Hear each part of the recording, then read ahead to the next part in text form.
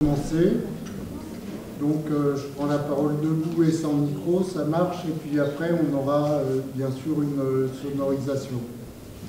Alors vous connaissez l'association Médina, je ne vous ferai pas l'injure de rentrer dans les détails, simplement pour vous dire que nous sommes toujours présents sur le terrain, en Syrie, dans la bande de Gaza et en Ukraine. Et nous sommes donc dans notre 10e quinzaine de l'association. Alors vous vous souvenez, au début on appelait quinzaine syrienne, puis après on s'est mis à parler d'autres pays. Et on a toujours une partie du cœur, si je peux dire, en Syrie, puisque nous y avons ouvert une maternité il y a maintenant 10 ans, le 13 janvier 2015, pour être précis. Et on est parti avec presque rien, très peu d'effectifs et très peu de sous, avec 3 mois de visibilité de fonctionnement, et la maternité existe toujours. Donc voilà pour l'activité en Syrie, je crois que c'est quelque chose de très fort. J'ai même tendance à dire Assad voulait notre disparition. D'abord les hôpitaux étaient pris, les hôpitaux, les structures de soins en général, les dispensaires, tous ceux qui dispensaient des soins étaient pris pour cible. Les soignants aussi. On a été bombardés, on a eu une voiture attaquée avec 2 victimes, mais nous sommes toujours là sur le terrain en Syrie et Assad est tombé. Il est tombé le 8 décembre au cours d'une offensive, on pourrait dire une offensive éclair, si tant est qu'il y ait eu des combats, parce que l'armée d'Assad, avec ses soldats payés 15 $ par mois, n'était plus en mesure de résister à l'avancée de diverses forces, dont HTS, Hayat Tahrir al-Sham. Alors, ce que je voudrais dire, d'abord, il ne faut pas se méprendre sur ce que je vais dire. J'accorde aucune confiance particulière aux barbus, pour employer un raccourci. Mais je crois qu'il faut insister sur le fait que 54 ans de dictature, dont presque 14 ans d'une guerre qui dépasse l'entendement dans son horreur, tout cela est tombé le 8 décembre et ça c'est quelque chose qui est extrêmement significatif pour les Syriens. 54 ans, ça veut dire que la majeure partie de la population n'a connu que la barbarie du système. Hafez el-Assad est arrivé au pouvoir en 1970, le père, et son fils en 2000. Donc, ce vent de liberté qui souffle sur la Syrie, c'est quelque chose d'extrêmement fort et d'extrêmement significatif pour la population. Ça, il faut le reconnaître au moment où on a tendance peut-être à exiger de la part du nouveau pouvoir que tout soit fait tout de suite, que tous les engagements soient signés tout de suite. On en exige infiniment plus qu'on était en mesure d'exiger la paix, l'arrêt des violences et la sécurité de la population de la part du tortionnaire Assad et de ses séides, des puissances qu'il soutenait. Donc, si nous sommes là ce soir, vous l'aurez compris, c'est pour accueillir Najwa Sadoul, qui est maîtresse de conférences en linguistique aux universités de Lyon. Et nous avons accueilli Najwa il y a, je croyais que ça faisait moins longtemps que ça, il y a déjà 5 ans, à moins que je me trompe. Soit 2020 ou 2021 2020, c'est ça, oui, j'ai regardé, alors j'ai commencé à regarder 2022-23, donc je ne trouve pas Najwa, et c'était 2020, pour parler du sort des femmes, des opposantes syriennes dans la guerre. Donc nous avons aujourd'hui le plaisir d'accueillir de nouveau Najwa, qui est très en contact avec le terrain, à tel point que Najwa surveille également son téléphone parce qu'il y a de la formation d'un gouvernement en cours en Syrie. Donc on aura peut-être des nouvelles, en avant-première des nouvelles du terrain. Et donc on va parler des enjeux du nouveau régime, de ce qui pèse sur le nouveau régime, du potentiel d'aide qu'il peut recevoir pour reconstruire la Syrie, de la façon dont le vivent les populations, des pressions qui sont exercées par des acteurs extérieurs comme ce que fait Israël dans le Golan, etc., etc. Voilà, j'ai assez parlé et je laisse la parole à Najwa. Merci beaucoup.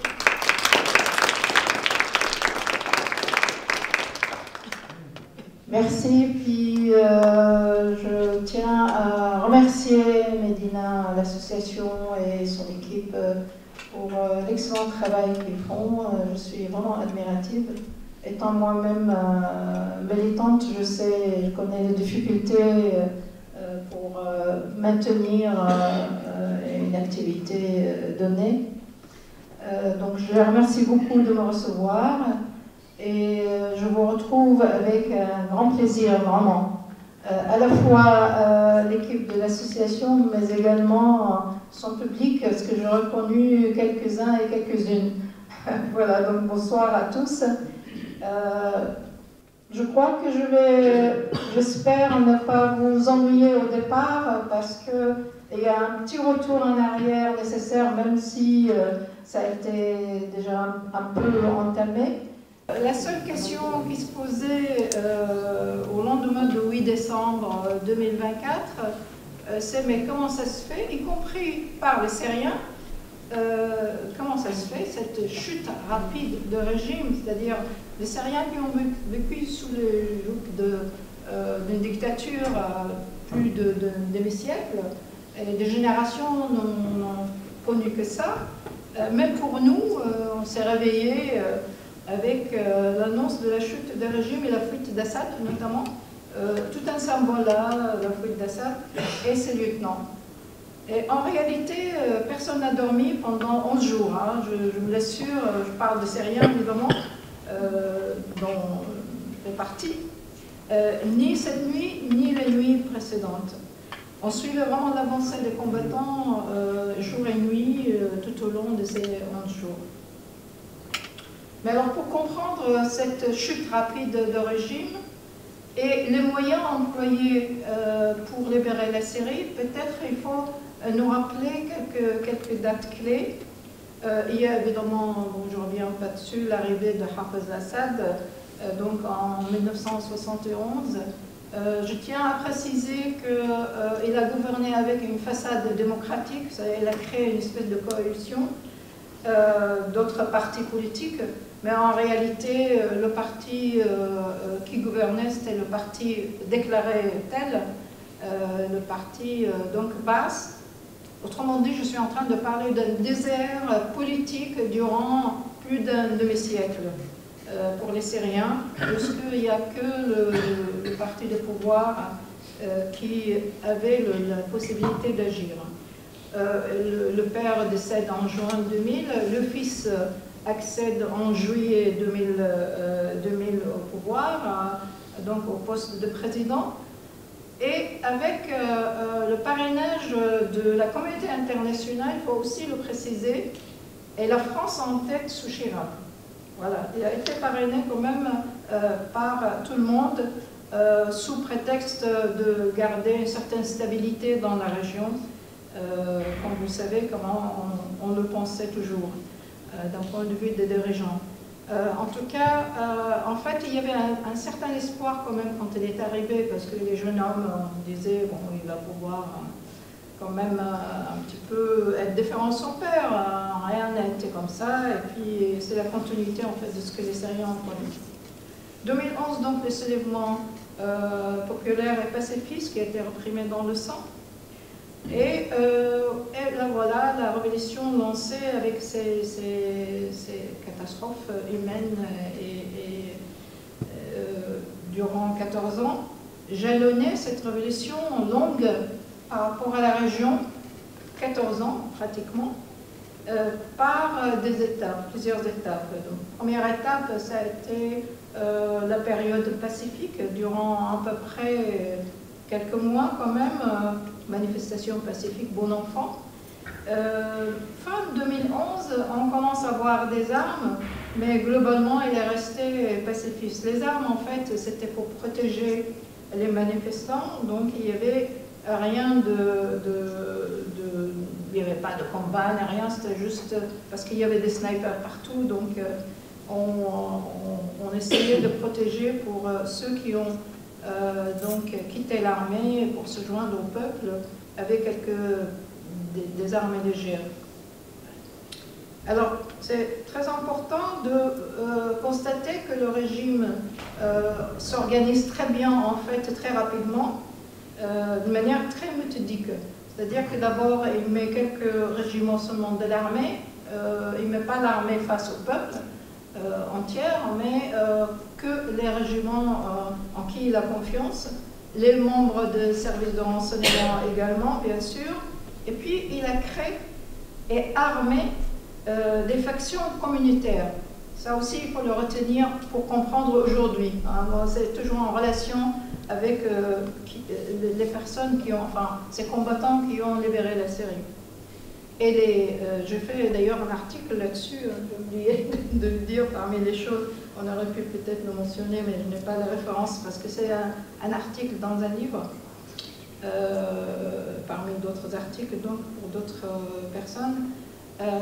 J'ai travaillé sur ces factions communautaires. Il a créé des factions donc de groupes armés, il a armé lui-même, chrétiennes, druzes, alaouites, nationalistes nazis. Parce qu'il y a un parti, en fait, c'est le parti syrien qui est comme Front National du temps du Père.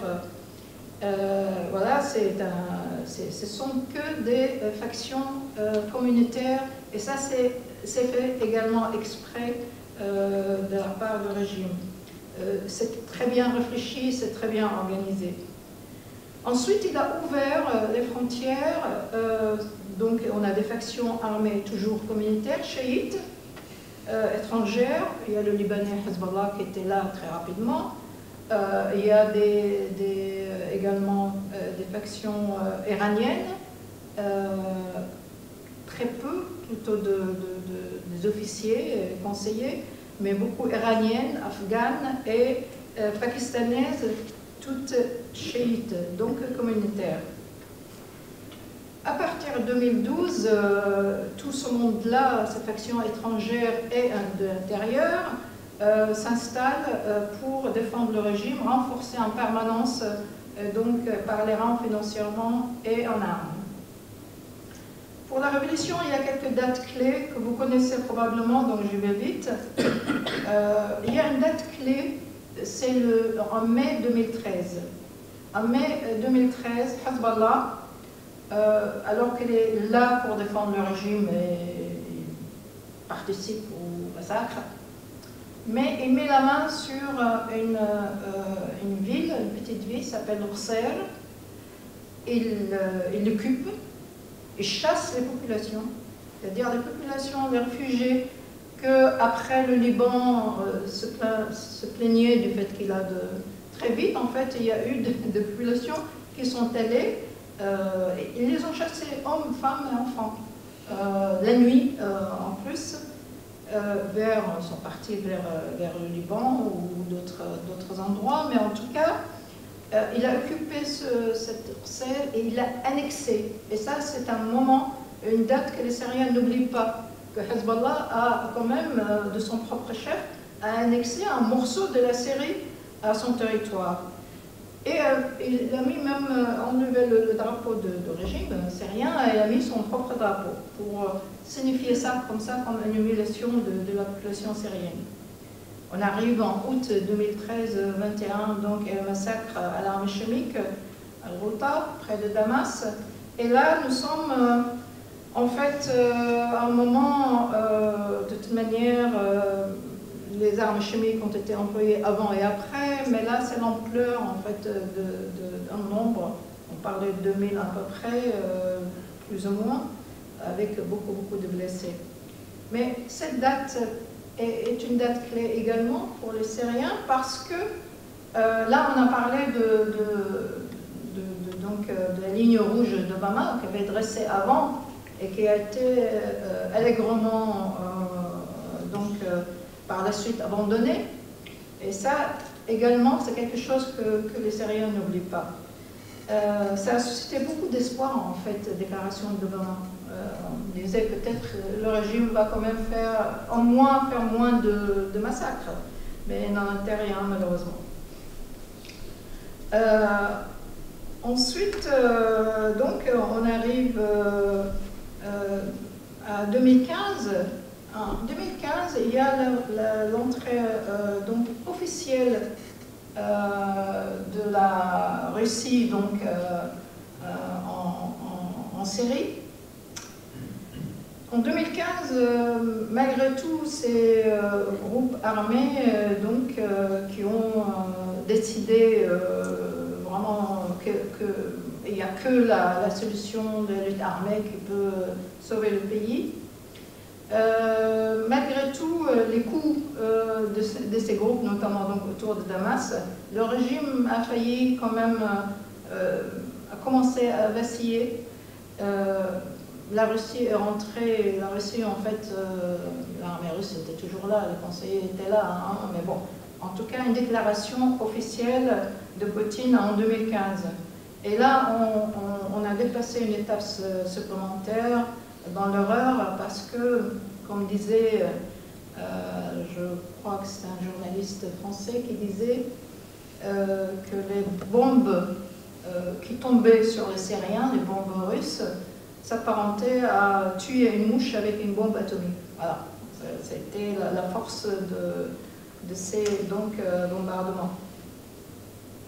En tout cas, en 2016, Alep tombe, donc on est dans chaque fois donc, la perte de terrain par les rebelles. Entre 2017 et 2019, après donc, la perte d'Alep, qui est quand même un lieu très important, enfin, c'était l'emblème de la révolution syrienne, hein, d'avoir Alep, Alep libre, est tombé donc, sous les coups évidemment de la participation de la Russie entre autres, qui elle dominait avec le régime le ciel. Là, le régime et ses alliés vont encore plus loin dans l'horreur. Pour récupérer des terrains, ils ont pratiqué une arme de guerre connue, malheureusement, qui est la famine. C'est-à-dire, on assiège le territoire et on oblige les rebelles finalement à se retirer de ce territoire-là, parce que les gens sont affamés, c'est-à-dire la population civile fait pression quand même sur les rebelles et ils finissent par donc abandonner le terrain. Alors pourquoi je parle de tout ça? Pour arriver à quelque chose de très important, c'est que tous ces combattants, en fait, un peu partout des territoires qui a été abandonné dans une politique qu'on a appelée réconciliation, du sud jusqu'au nord de la Syrie, les rebelles et leurs familles et les civils qui voulaient ont été rapatriés tous par des bus, on appelait ça les bus verts, parce qu'ils étaient de couleur vert, donc c'est synonyme de déplacement et d'humiliation, cette couleur, envoyés donc vers Idlib. Autrement dit, il y a eu une concentration de population dans cette ville et sa région. Et Idlib est devenue la petite Syrie pour les Syriens. Donc un gel de conflit s'est instauré, on peut dire, à partir de 2019, avec des zones d'influence. Et ceci jusqu'à la chute du régime. Ces zones d'influence, ce sont le nord-ouest, donc Idlib, sous le contrôle de HTS, donc Hayat Tahrir al-Sham, à partir de 2017. Le nord-est, sous le contrôle de PYD, c'est la branche syrienne de PKK, depuis 2015. Et le long de la frontière avec la Turquie, donc la coalition opposition officielle affiliée à la Turquie avec une armée qu'on a appelée l'armée nationale à partir de 2018. Et le territoire sous contrôle du régime. Cependant, les bombardements sur Idlib n'ont pas cessé malgré les accords. La répression dans les zones de régime non plus, détention arbitraire, chantage de la population, etc. Seulement les zones, on peut dire, tranquilles pendant tout ce temps-là, depuis 2015, c'est la zone en fait de PID, FDS, appelée donc Rojava, qui était épargnée, protégée par ce qu'on a appelé à un moment donné pour combattre Daesh la coalition internationale, mais ça se résumait aux Américains et aux Français en fait. Et ça depuis donc 2015. Donc il n'y a pas eu de bombardement sur ces régions, donc ils ont pu prospérer évidemment, contrairement à d'autres régions de la Syrie. Alors, puisqu'il y a eu gel de conflit, on arrive à les efforts diplomatiques qui ont été entamés pour probablement arriver à régler définitivement le conflit, comme on l'appelait. Il faut savoir que depuis 2011, et ça vous le savez probablement, plusieurs résolutions ont été proposées au Conseil de sécurité pour condamner le régime pour excès de violence, qui ont été bloquées systématiquement par les Russes et les Chinois. Seule la résolution qui a été adoptée à l'unanimité, c'est le 2254 qui a été adopté en décembre 2015. Cette résolution appelle à un cessez-le-feu immédiat, à une résolution politique, ça c'est important je veux dire, au conflit, et exige de toutes les parties de se mettre à discuter ensemble pour pouvoir en finir avec la violence en Syrie. Mais en réalité, ni ce processus politique, ni aucun effort diplomatique dans ce cadre-là n'a pu aboutir. D'ailleurs, tous les envoyés spéciaux des Nations Unies ont échoué, et je veux dire lamentablement, dans leur mission. Arrive le dernier en date, c'est Pedersen, Guy Pedersen, je crois. Enfin, son nom est Pedersen, je ne me souviens plus de son prénom. Il a été nommé en 2018, en octobre 2018. Alors, cet envoyé spécial a choisi un angle qui est stipulé dans la résolution, seule résolution adoptée finalement par le Conseil de sécurité, qui est la création d'une commission, la révision de la Constitution. Donc, il a lancé une commission constitutionnelle en octobre 2019 à Genève. Cette commission, composée de membres du régime, représentants du régime Assad, de représentants de l'opposition officielle et de représentants de la société civile. Moi, je faisais partie des gens qui disaient mais on n'écrit pas quand même des constitutions comme ça, de cette façon-là. Il faut qu'ils soient élus, les gens. Mais bon, si vous voulez, faites-le. En tout cas, il y a eu de 5 à 6 sessions, je crois, à Genève, sans aucun résultat, parce que la représentante du régime bloquait systématiquement tout effort. Il ne voulait même pas discuter d'ailleurs, mais il venait puis il repartait sans vraiment arriver à bout de quoi que ce soit.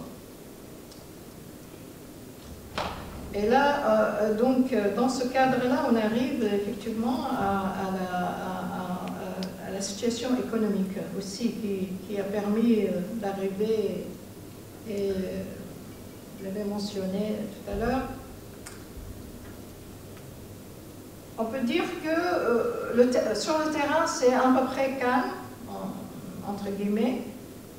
Le régime estime qu'il est victorieux. Bon, il a eu la victoire militaire. Voilà, c'est fini en 2019.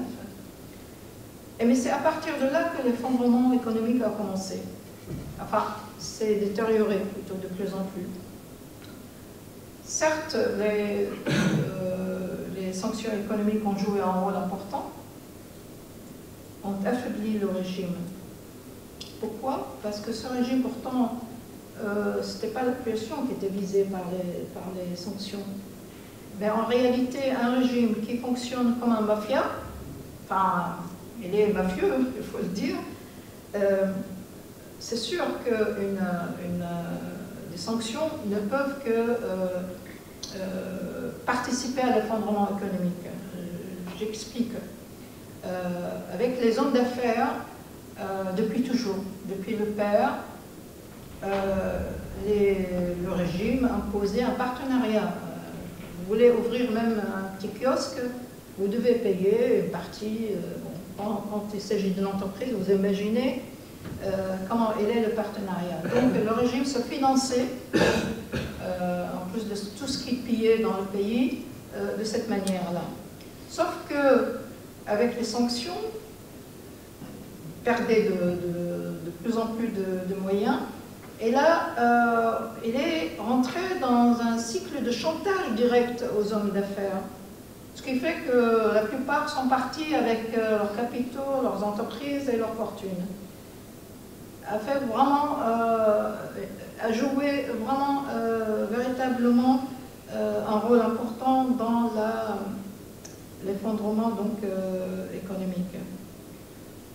Vous ajoutez à cela l'industrie de Captagon,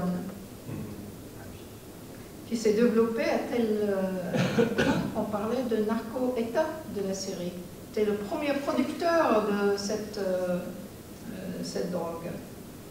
C'est une industrie menée en collaboration entre Hezbollah et la garde républicaine de régime, qui est sous le commandement des frères d'Assad, Maher al-Assad, qui rapportait, selon des enquêtes internationales, c'est une fourchette entre 5 à 10 milliards de dollars par an. Il est sûr, ça je le tiens vraiment aussi d'une source, mais c'est connu aussi pour tout le monde, ça je le savais depuis longtemps, tous les mois, 5 millions étaient livrés en enveloppe comme ça au palais présidentiel, de la part donc du président. C'était tas de choses, cette histoire de drogue, d'une part, qui a inondé la région, d'autre part, la pression en fait démographique de la question des réfugiés dans les pays limitrophes.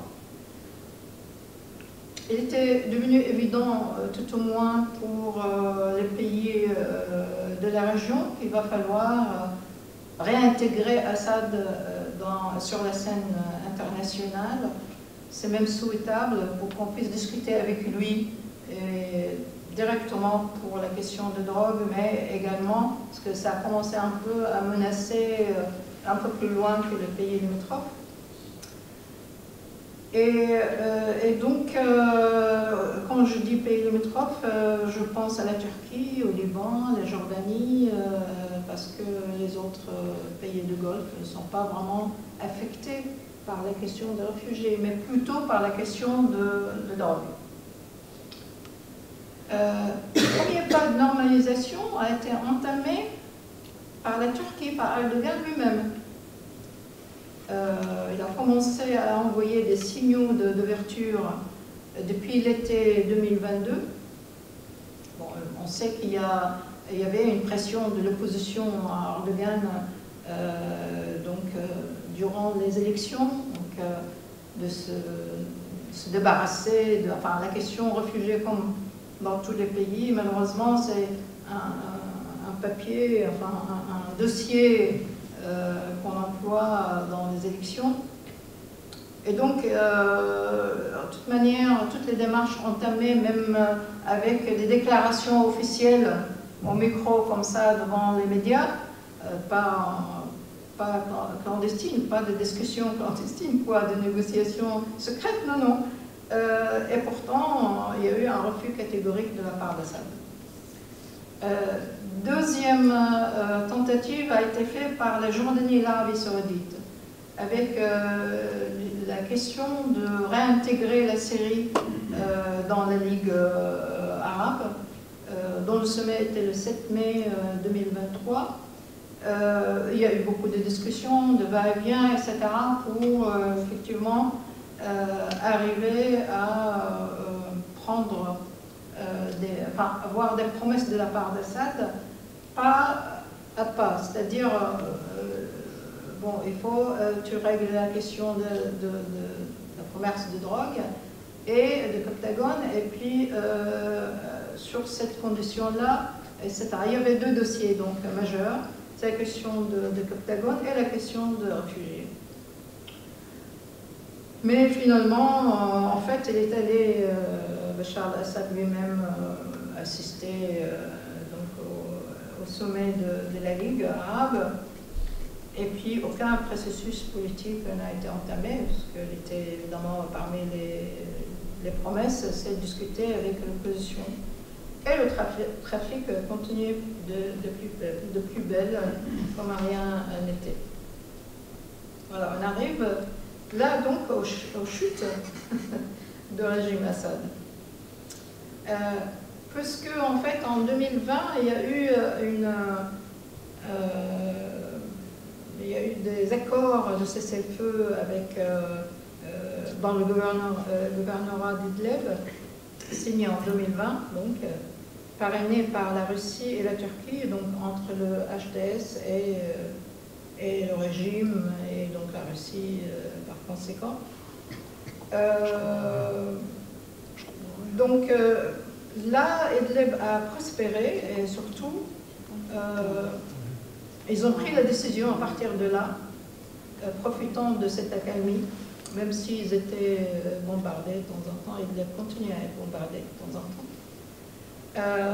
Ils ont pris la décision, à l'initiative de HTS, de libérer le pays par les armes, c'est-à-dire de préparer un plan de libération, plan militaire de libération de la Syrie. Et là, on avait plusieurs phases qui ont été mises en place. D'abord, unir les forces. Visiblement, Jolani, qui est Ahmad Shah, avait le don de... C'était enfin un négociateur, d'après ses proches. Et il a pu convaincre effectivement les autres factions à travers le territoire, hein, pas uniquement ceux qui sont au nord ou au sud, etc., mais tous les pays, de se joindre à eux pour un plan de libération. Ça, c'est depuis 2020. Premier pas, évidemment, c'était le commandement commun. Donc, ils ont formé un commandement commun de toutes les factions armées, y compris, il y a deux factions très importantes au sud de Suéda qui se sont joints et ils étaient en relation donc avec le nord depuis 2020.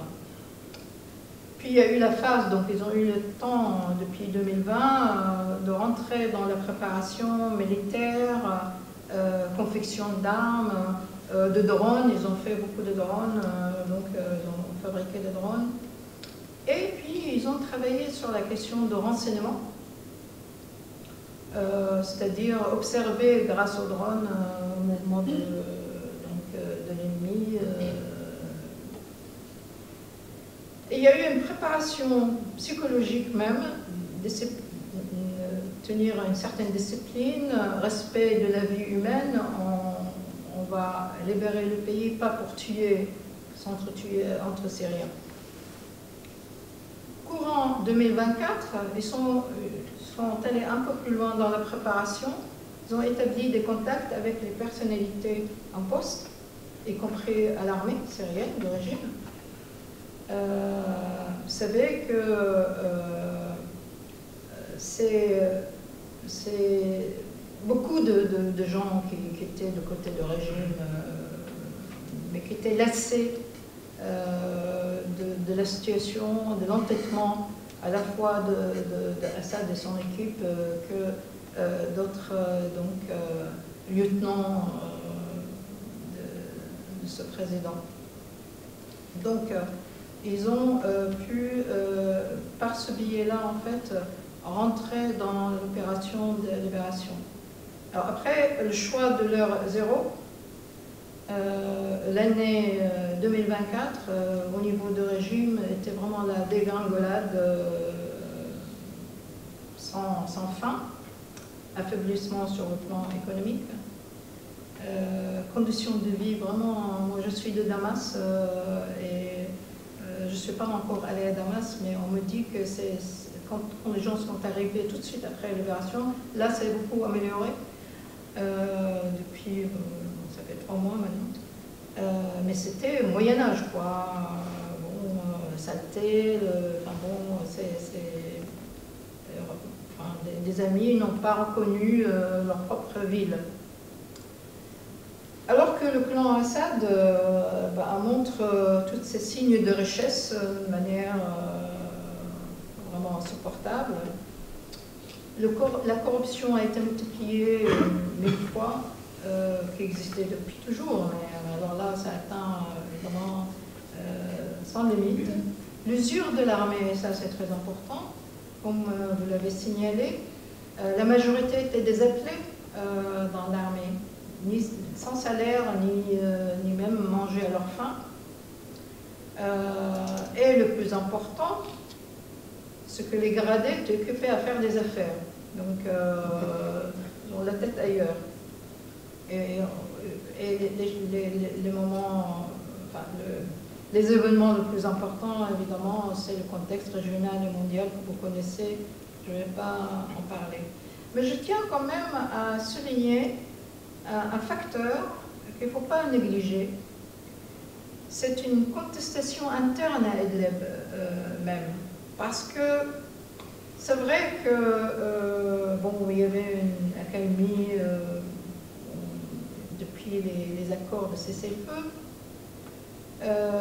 mais les bombardements continuaient. Il y a eu des manifestations en disant « mais à quoi vous servez, vous, là-bas, dans des camps loin ?» Pour la préparation, j'ai toujours un ami avocat qui est lui de Hammam et qui était déplacé à Idlib. Et je fais toujours partie d'un groupe transcontinental, un groupe qui essayait de faire quelque chose à l'époque avant la libération, et maintenant on fait autre chose. Qui est souvent, quand on a souvent nos réunions en Zoom, donc il disait souvent, j'ai remarqué, depuis effectivement 2-3 ans, avant la libération, il disait, je ne sais pas, ils font beaucoup d'entraînement, je ne sais pas ce qu'ils se préparent, parce que en fait les camps militaires étaient autour de la ville, n'étaient pas dans la ville même. Mais ils s'inquiétaient un peu, ne sachant pas ce qui se passe. Donc effectivement la préparation était... Et puis arrive donc l'opération Dissuader l'agression, c'est comme ça qu'on l'a appelée, qui a démarré le 27 novembre en 2024, dont la stratégie militaire adoptée était l'attaque éclair, et avec la réussite qu'on connaît. Ils ont commencé par la ville, première cible, la ville d'Alep, plus proche, mais plus important. C'est une ville où il y a le plus de dépôts d'armes. Il y a un aéroport et un régiment. Enfin, les forces de régime étaient très importantes là-bas, mais très délabrées, effectivement. Voilà, donc quand la libération a été faite, on a fait la fête, mais un peu inquiet pour la suite. Et moi, en tant que syrienne, c'est pas parce que c'était le HTS, franchement, Parce que d'une part, je savais que c'était en condition de groupe, d'une part. D'autre part, parce que cette donnée-là ne m'inquiète pas personnellement. Ce sont des Syriens. Et la question de la religion ne me pose pas de problème personnellement, dans la mesure où elle est pratiquée en dehors de sphère civile, évidemment. Je veux dire, ce n'est pas leur histoire qui m'inquiète, mais c'est ce qu'ils sont capables de faire par la suite. Voilà. Je ne vais pas d'a priori au départ, je parle de moi, et il y a beaucoup de Syriens comme ça, mais d'autres, non, étaient très inquiets, effectivement. Pour l'anecdote, j'ai téléphoné à la famille le jour de la libération, la famille de mon conjoint. Et c'était 2-3 jours après la libération. Je voulais avoir le pouls de l'intérieur, quoi. Alors, ils m'ont dit, c'était le désordre, mais c'était très très inquiétant les 2-3 jours. Mais quand les forces de HTS sont arrivées avec leur emblème, on les voyait arriver, les gens étaient sur les côtés et ils applaudissaient. Pourquoi? Parce que ceux qui ont libéré Damas sont venus du sud. C'est une faction en fait entraînée par les Américains, une force très importante de Syriens qui ont libéré Damas. Mais apparemment, était un peu... voilà, il y a eu des vols, pardon, il y a eu des choses... alors que les combattants de HTS sont très disciplinés et il n'y a pas de problème, les choses sont passées très bien. Voilà. Donc les gens les applaudissaient, pour vous dire à quel point, et ceux qui applaudissaient n'étaient pas nécessairement des porteurs de voile ni quoi que ce soit, ce n'était pas des questions religieuses, quoi.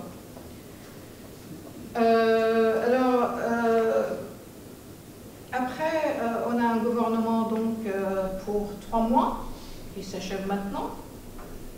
Excusez-moi, mais je vérifie si je n'ai pas de nouvelles à propos du gouvernement. Non. Qui doit donc là, cette période s'achève et on va avoir un gouvernement nouveau demain, après-demain. Plutôt un gouvernement de transition pendant 5 ans, mais je vais vous raconter donc à partir de maintenant ce qui s'est passé après. Les défis évidemment sont multiples parce qu'ils ont pris un pays non pas au niveau 0 mais au niveau moins de 10 voire 20, c'est-à-dire vraiment tout est à refaire, tout est à reconstruire. La première chose qu'ils ont fait, évidemment, c'est libérer les détenus. Donc, on a ouvert les prisons, on a vu les horreurs de Sednaïa et d'autres prisons. Et a suivi une déception et une amertume terrible et une souffrance sur beaucoup qui attendaient ce moment pour aller rencontrer leurs proches. Parce qu'il y a des détenus, on sait qu'ils sont détenus, et il y a des disparus, et ils sont par milliers, voilà, et en fait finalement, ceux qui sont vraiment sortis de prison ne représentent de la masse estimée par les associations concernées, peut-être 40%, voire 35%, pas plus. Donc vous imaginez la colère après, qui en fait cette colère est un petit peu adressée au nouveau gouvernement, ils sont pour rien, mais c'est comme ça. Donc à ce gouvernement qui a été composé, évidemment c'est pas vraiment un gouvernement, c'est une équipe qu'on a amenée, d'ailleurs des DEP, ils ont fait leur preuve en tant que ministres, dans des ministres de l'enseignement, ministres de la santé, etc. Enfin, bon. L'objectif était que l'État puisse, l'administration de l'État continue, qu'il n'y ait pas de pillage. Il fallait tout de suite qu'il y ait des gens donc, qui soient responsables et qui gèrent. Ça, c'était bien ce qu'ils ont fait après. Et c'est un gouvernement pour les affaires courantes. Et ça a été annoncé dès le début, on le savait.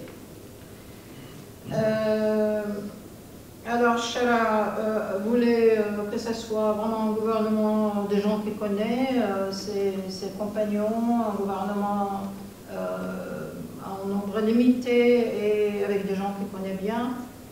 pour qu'on aille plus vite et qu'on ne rentre pas dans des discussions inutiles, parce qu'il ne s'agissait pas de gouverner pour des années, mais pour discuter de dossiers qui concernent tous les Syriens, mais c'était pour, comme son nom indique, pour les affaires courantes. Alors, évidemment, problème majeur, c'est deux choses après la libération. C'est le maintien de l'ordre et c'est l'armée. Le maintien de l'ordre, parce que, évidemment, l'État doit avoir un monopole des armes. Voilà. Et vous imaginez, durant 14 ans, avec toutes les factions que le régime a donc encouragées, formées, etc., et les gens qui s'armaient continuellement parce que y a le chaos, et que le chantage, et le viol, et le vol, etc. Donc il y a des personnes qui détenaient des armes personnelles pour se protéger. Et puis aussi de côté de l'opposition également, nombre de factions et des armes qui circulent partout. Donc ces deux choses étaient vraiment les priorités pour ces libérateurs, et c'était une chose très importante. Qu'est-ce qu'ils ont fait? Ils auraient pu aller désarmer les gens, voilà. Ils ont fait le choix de laisser l'initiative aux autres de collaborer, y compris ceux pro-régime. Donc ils ont ouvert, mais les 2-3 premiers jours de la libération, des centres pour donc récupérer les armes un peu partout en Syrie. Ils étaient ouverts donc avec un principe simple. Tu viens, tu déposes les armes, tu as été un soldat, tu as été peu importe, tu déposes les armes et tu as à laisser passer, sauf bien sûr pour les gens qui ont commis des crimes contre des civils, ça va de soi. Et évidemment, une carte d'identité donc provisoire était livrée pour ça, mais notamment sur la côte où il y a le plus ces réfugiés. En fait, vous savez, il y a Bachar al-Assad qui est parti, il a fui, lui, avant même qu'ils arrivent à Damas. Et il y a ces lieutenants aussi, disons, staff après, sont partis également, mais vous avez tous les autres quand même. Il y en a qui sont partis au Liban, d'autres qui sont partis en Irak, mais bon, il y a un nombre incalculable. Il a armé énormément de monde. Il y a beaucoup de gens qui ont profité également de cet état de régime. Ils ont beaucoup prospéré. Sans parler de l'histoire de la drogue, parce que tout le monde est rentré dedans et gagnait beaucoup d'argent. On ne lâche pas facilement. Et ils ont prolongé pour ces centres-là qui sont plutôt sur la côte. Donc, pourquoi la côte? C'est pas parce que c'est le lieu où il y a des Alaouites, non. C'est parce que c'est une région très difficile. Il y a des endroits où personne ne peut accéder, quoi. C'est assez... on peut se cacher, on peut ne pas... On n'est pas nécessairement alaouite, on peut être ce qu'on veut, mais évidemment c'est une région alaouite principalement, mais pas seulement. Donc, en fait, effectivement, ils n'ont pas donné leurs armes et on a vu, voilà, ça a été prolongé 3 fois. C'est-à-dire qu'environ 2 mois laissés ouverts, avec leur propre renseignement, évidemment, dans le gouvernement, ils savent aussi, ils ont mis la main sur quelques personnalités connues, ils les ont arrêtés. Donc, le maintien de l'ordre était une priorité de priorité. Ces gens donc sont partis après la question de collecte d'armes. Donc là, je vais vous parler un peu de maintien de l'ordre et de reformer l'armée. C'est 2 choses très importantes. Alors, les membres de renseignement, le régime, ont fui, évidemment. Ils ont ont commis eux-mêmes des horreurs. Et des policiers corrompus ont fui également. Donc il y a un problème, parce qu'il faut bien qu'il y ait des gens qui maintiennent l'ordre. Ils ont fait venir le service qui était à Idlib, qui n'a pas suffi évidemment. Des appels à candidature et formations rapides étaient mises en place. Beaucoup ont été massacrés, malheureusement, des jeunes de 20 ans ont été massacrés par le pro-régime sur la côte. On connaît notamment le frère, c'est le président du conseil américo-syrien qui a beaucoup œuvré pour... son frère a été tué et faisait partie du maintien de l'ordre. Voilà. La tâche n'est pas facile pour un pays, donc sortant de 14 ans de conflit armé et de désordre. Pour l'armée, alors pour arriver à l'armée, pendant 50 ans, l'armée pour les Syriens est synonyme de répression, de corruption. Pour la jeunesse, elle est synonyme de service militaire qui peut durer 2 ans, 3 ans, 4 ans, 5 ans. Ça dépend selon le contexte dans le pays. Je pense que Shara, donc Ahmed Shara, le président par intérim actuellement, il a fait, il a décidé quelque chose de très important dès le début. Après, il a annoncé tout de suite, dès la libération, la volonté de former une armée professionnelle. Ce qui veut dire, vous savez, il y a beaucoup de réfugiés en France, ailleurs, etc., des jeunes. Ils ne sont pas nécessairement, ils n'ont pas pris nécessairement, je ne parle pas de ceux que vous connaissez, hein, mais en général, il y a beaucoup de jeunes qui ont quitté le pays parce qu'ils ne veulent pas faire le service militaire, ne veulent pas aller tuer d'autres Syriens, ou alors parce qu'ils n'ont pas envie de le faire, même pro-régime, on fuit parfois. Donc on se retrouve avec une jeunesse paralysée pendant 4-5 ans pour quelque chose. Donc pour moi c'était très important parce que ça libère de l'énergie, une énergie énorme. C'est la jeunesse qui doit construire le pays finalement. Et donc ça permet également à tous ces jeunes de revenir au pays. Hein, et ça c'est aussi très important.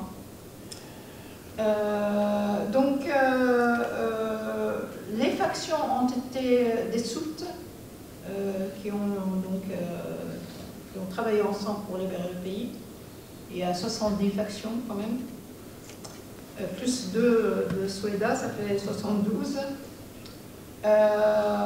Et ils étaient libres après de joindre l'armée, mais à titre individuel. C'est-à-dire, il ne s'agit pas de faire de l'armée une recomposition des factions armées. Hein. Donc ça, c'est tout à fait exclu. Alors, voilà pour l'armée. Et il y a une seule faction au sud dont je parlais tout à l'heure, qui a refusé d'être dissoute pour l'instant. Peut-être les Américains l'ont dit, non, non, pour l'instant, vous restez là. Alors, on arrive le 30 janvier, finalement, on a un libérateur, acheté SOPA, gouvernement pour les affaires courantes, mais qu'est-ce qu'il fait là-dedans? C'est donc le 30 janvier en 2025, il a prononcé le discours de la victoire devant une assemblée presque exclusivement devant ses pairs, on va dire, ceux qui ont libéré le pays avec lui.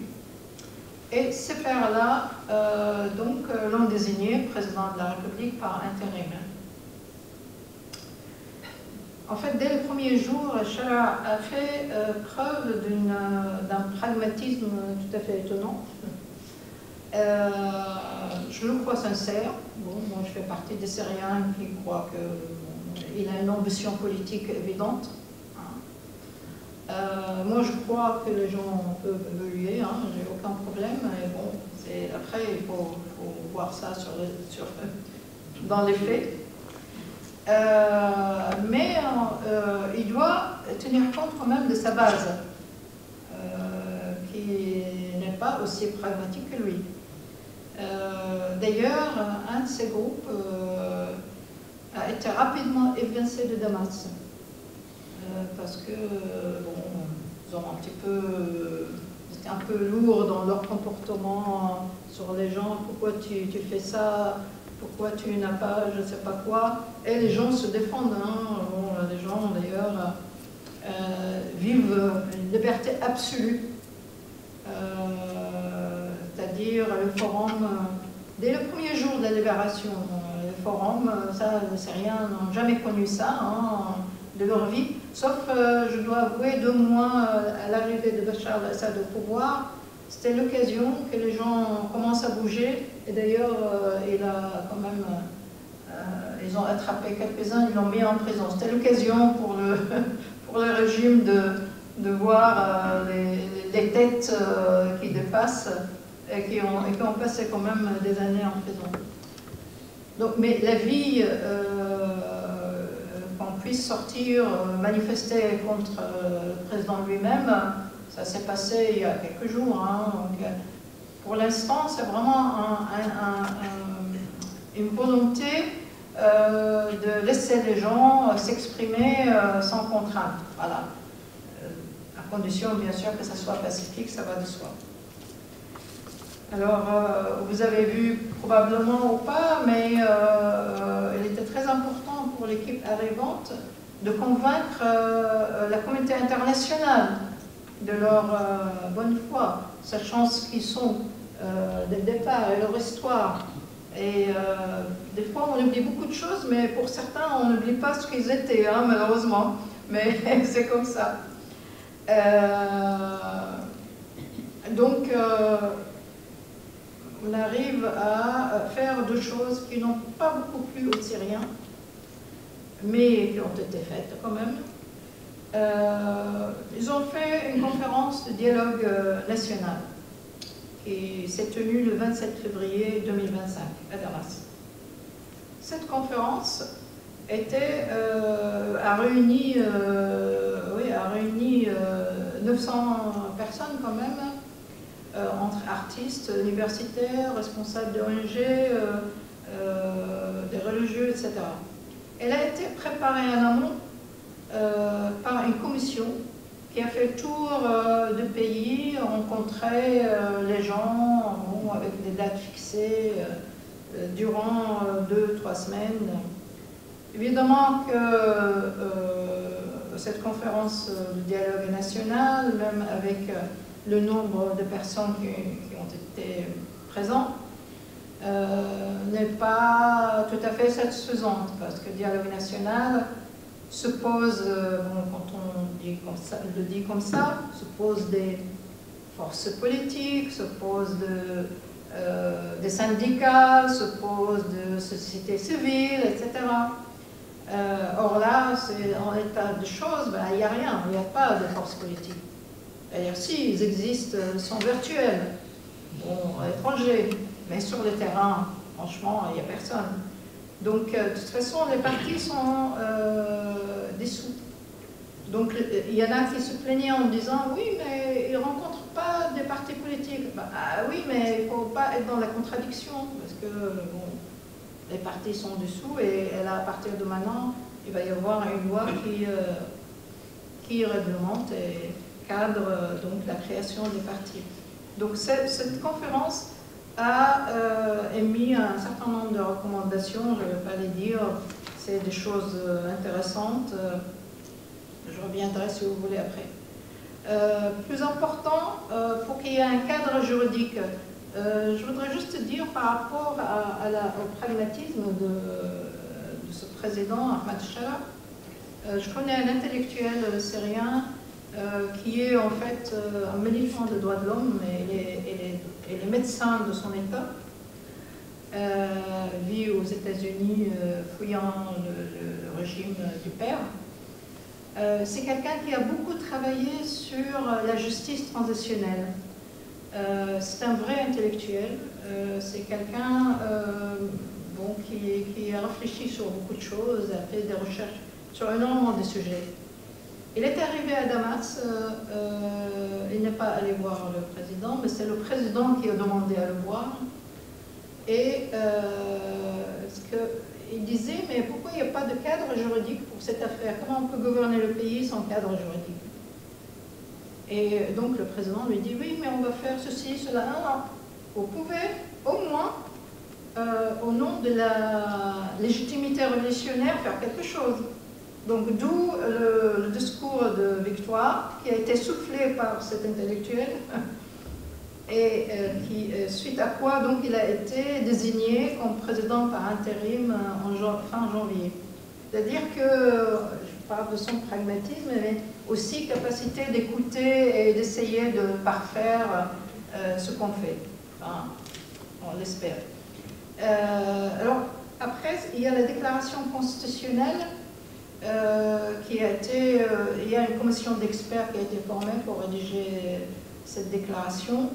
Et elle a été donc signée par le président qui aussi donne un cadre surtout pour la période transitionnelle, suite à quoi donc maintenant il va y avoir un gouvernement de transition d'une période de 5 ans, plus cette déclaration constitutionnelle qui est franchement rien de nouveau. En fait, il y a vous allez peut-être un peu sourire, mais la Constitution de 1950, c'est la seule Constitution que les Syriens considèrent comme la Constitution de la Syrie démocratique de l'époque. Donc, tout le monde était en faveur de l'inspiration de cette déclaration, ce qui a été fait. Évidemment, il faut quand même un petit peu faire une mise à jour, mais ça sera pour l'écriture de la rédaction de la Constitution par une commission élue par le Parlement, par la suite, etc. etc. Mais pour l'instant, on a ce qu'on appelle déclaration constitutionnelle qui est également tout à fait juridiquement acceptable comme cadre pour la période suivante. Alors, on a choisi qu'il n'y ait pas de Premier ministre, mais qu'il y ait un président exécutif qui n'a pas beaucoup de droits législatifs, voilà, qui n'a absolument pas de droits législatifs, c'est-à-dire que le Parlement est tout à fait indépendant. On a fait des séparations de pouvoirs qui semblent correctes. Dans l'état actuel des choses, hein, soyons clairs. Puis il y a eu une démarche, enfin un pas en avant très très très important, qui est la signature le 10 mars d'un accord entre le président Chara et le chef des forces démocratiques syriennes, c'est-à-dire Mazloum Abdi. On parle de Rojava, ce qu'eux appellent Rojava.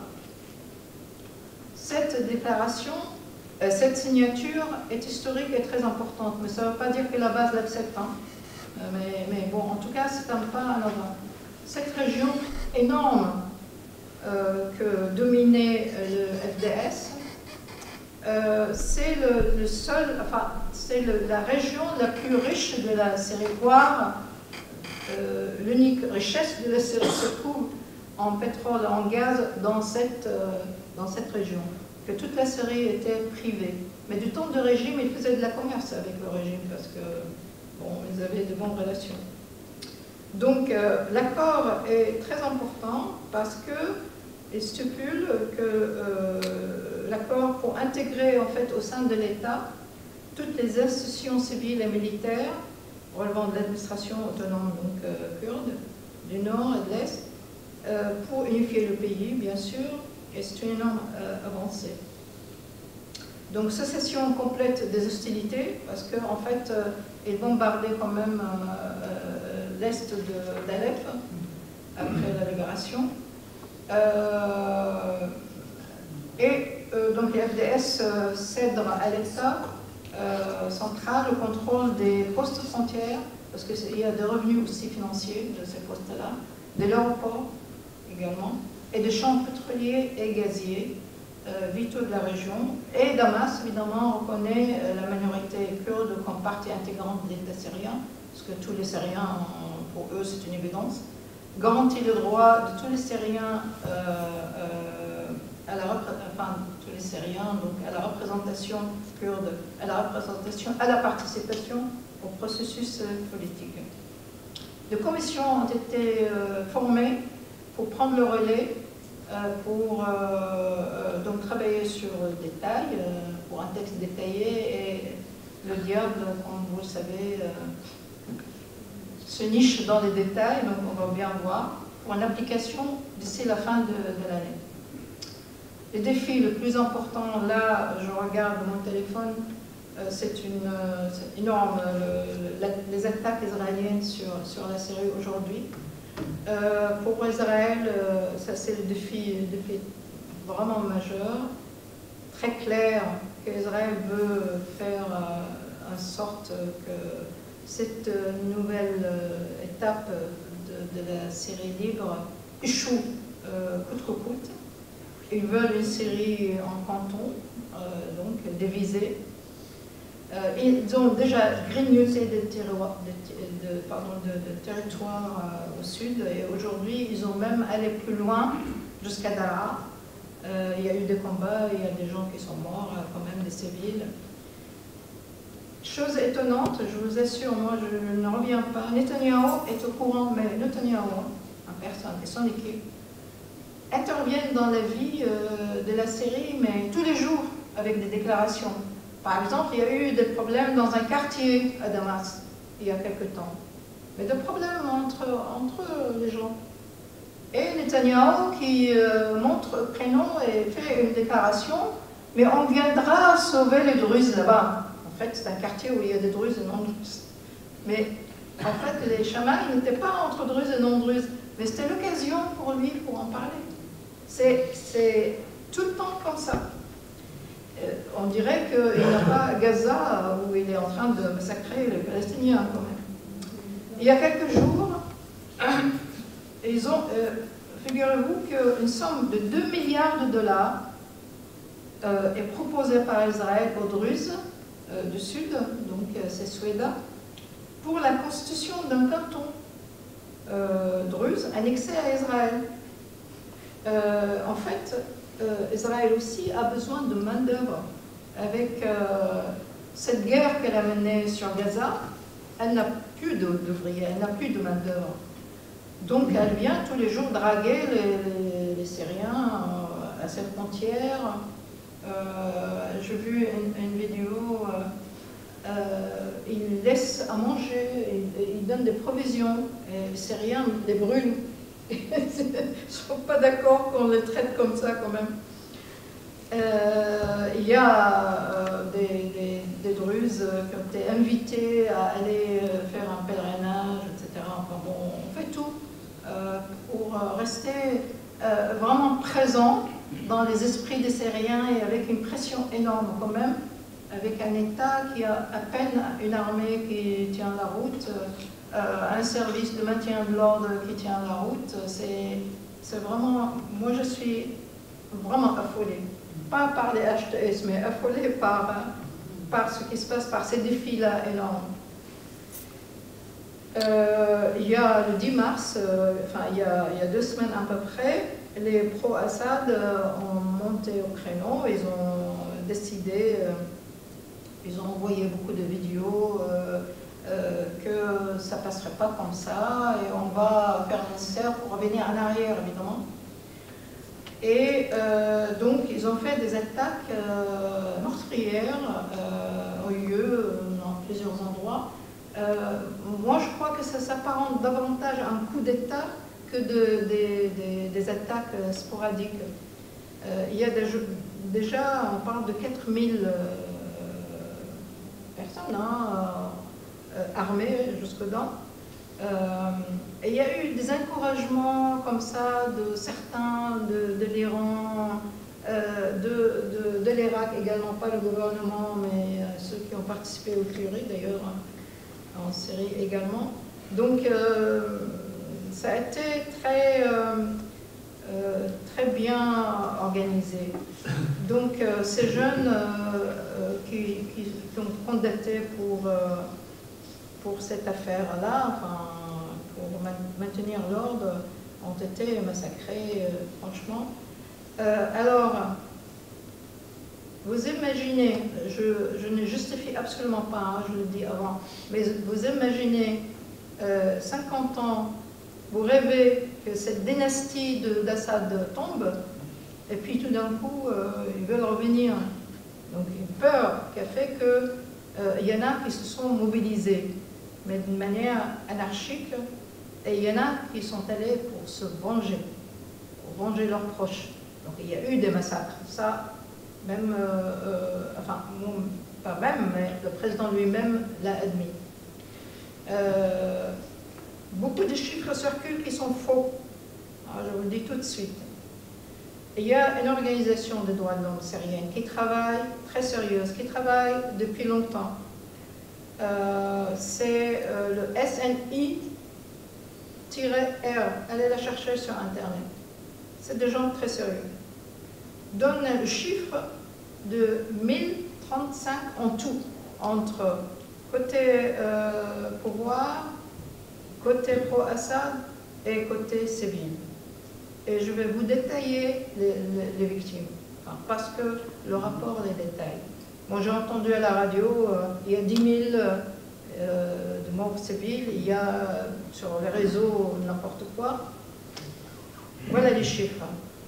D'ailleurs, avant que je vienne vous voir, j'ai appelé mes contacts, mes amis, avocats et des militants de droits de l'homme qui m'ont confirmé ce chiffre-là. On dit, c'est ça, pas une personne de plus. Alors, le détail de victimes. Il y a 228 victimes civiles, habitant la région, tuées par les pro-Assad. Pourquoi ils sont tués par les pro-Assad?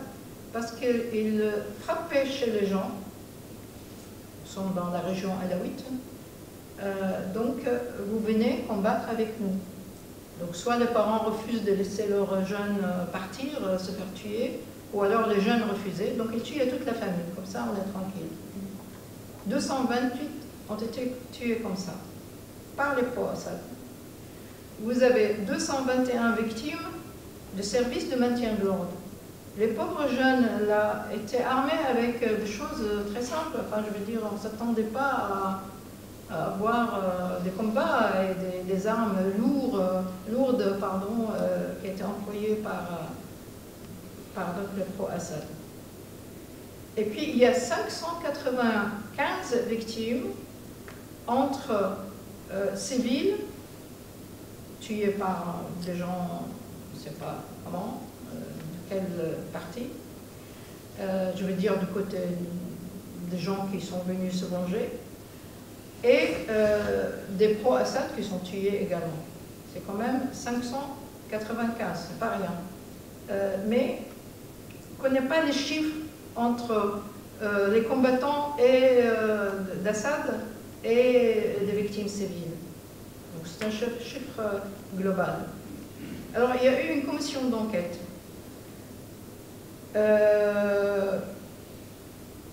En fait, la déclaration du président était immédiate après ces événements. Enfin, tout de suite, durant d'ailleurs ces événements. Il a dit « Je promets de juger les coupables, même s'ils s'avèrent être de notre cercle le plus proche. » Et il a décrété donc la formation de la commission d'enquête. Cette commission, en fait, je connais des personnes dedans. Il y a des juges, il y a des avocats, et c'est une commission vraiment, vu les personnes que je connais dedans, sont vraiment indépendantes. Et d'ailleurs, il faut voir intérêt à ce que les choses soient claires et nettes.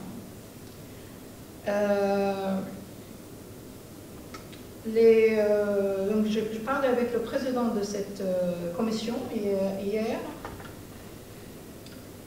qui m'a dit qu'il travaille avec des instances internationales qui ont carte blanche donnée par le pouvoir pouvoir, donc par le président lui-même d'ailleurs. Et il travaille vraiment, je lui dis, mais donne-moi des chiffres, quoi, parce que là, demain j'ai une intervention, je vais donner des résultats. Je dis, j'ai que les chiffres de l'Organisation des droits de l'homme, la syrienne. Il m'a dit, on ne peut pas confirmer comme ça, on est en train d'enquêter. Mais en fait, il travaille avec la commission d'enquête internationale. Ils font des réunions régulières parce qu'ils font des choses selon des critères internationaux d'enquête. Voilà. Ils travaillent avec commission de conseil de droits de l'homme, évidemment, et avec l'équipe d'envoyé spécial donc, en Syrie, avec sa commission juridique également. Donc cette commission, en fait, qui a été formée, c'est de la société civile. Il y a des gens qui n'habitaient même pas en Syrie, hein, donc, qui sont allés. Alors, jusqu'à maintenant, ils sont allés enquêter, mais j'ai vu des chiffres. Les témoignages, c'est très difficile de les obtenir, notamment quand, parce qu'il y a la peur, évidemment. Donc, ils ont pu recruter 95 donc, témoignages sûrs, donc là, ils peuvent en parler. Ils ont étudié 9 sites et écouté à la fois des gens de service de maintien de l'ordre, que de l'armée, que des civils à l'attaquer. Et ils ont même visité le lieu où il y a des gens qui sont tués, enterrés. Ils ont étudié les sites. Et puis ils vont dans d'autres sites également parce que c'était quand même une affaire assez importante. C'est très très inquiétant, mais on espère qu'ils vont pouvoir quand même arriver à des résultats. Et en fait, ils ont mandat de président dès qu'ils ont des coupables, quelle que soit leur appartenance, du côté de pouvoir ou pas, tout de suite déposer un mandat de dépôt, on dit, ou d'arrêt, et les amener devant le tribunal tout de suite. Jusqu'à maintenant, ils n'ont pas pu, ils attendent pour finir leur travail, mais ils travaillent avec donc des instances internationales.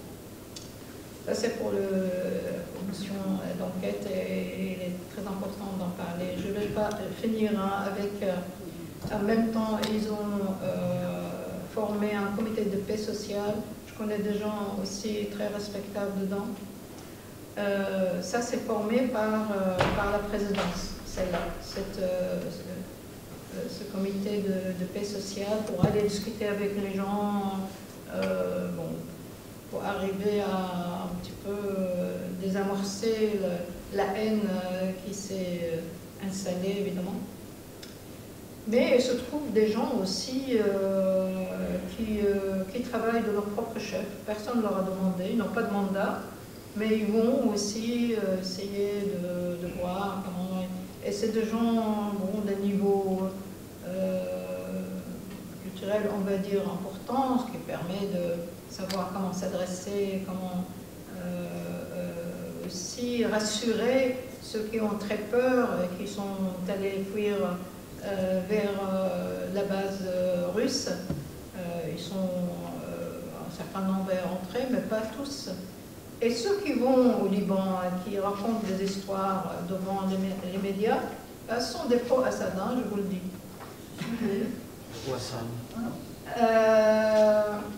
Alors, je termine avec 3 mots. Je suis désolée, j'ai été très longue. Parce que c'est important que j'écoute, je vous écoute aussi. Mais bon, désolée, hein, j'ai été longue. La chute du régime Assad était évidemment un rêve qui s'est réalisé pour tous les Syriens. Ceux qui sont à l'intérieur, comme ceux qui sont depuis des décennies à l'extérieur, comme moi, à l'étranger. Des Syriens, de toutes les composantes syriennes, croyez-moi, travaillent dur jour et nuit à l'intérieur et appuyé par des gens de l'extérieur également, pour que l'État ne s'écroule pas. Si cet État, c'est ce que nous avons aujourd'hui, avec tous les travers qui existent, s'écroule, tout va s'écrouler. C'est-à-dire que le rêve s'est réalisé, mais il ne faut pas que ça se transforme en cauchemar et qu'on rentre dans un cycle de guerre civile, parce que ce qui nous pend au nez, si jamais les choses ne se calment pas. Vous savez que la libération s'est faite avec un consigne ferme. On ne tue pas, même un soldat. On essaie de le convaincre d'abandonner le combat. Parce que ça suffit. On s'est assez entretué entre Syriens. Là, c'est terminé. Dans son discours de victoire, ce président en intérim dit, on a, là, c'est le discours de la victoire. La révolution est victorieuse. Il faut qu'on passe aujourd'hui à l'étape suivante, c'est-à-dire construire l'État dont rêvent tous les Syriens. Donc voilà, il faut agir en bâtisseur d'État. Tous les Syriens, pas lui seulement, hein, il parlait de tous les Syriens. Voilà, je vous remercie, j'ai été très longue et vous avez été très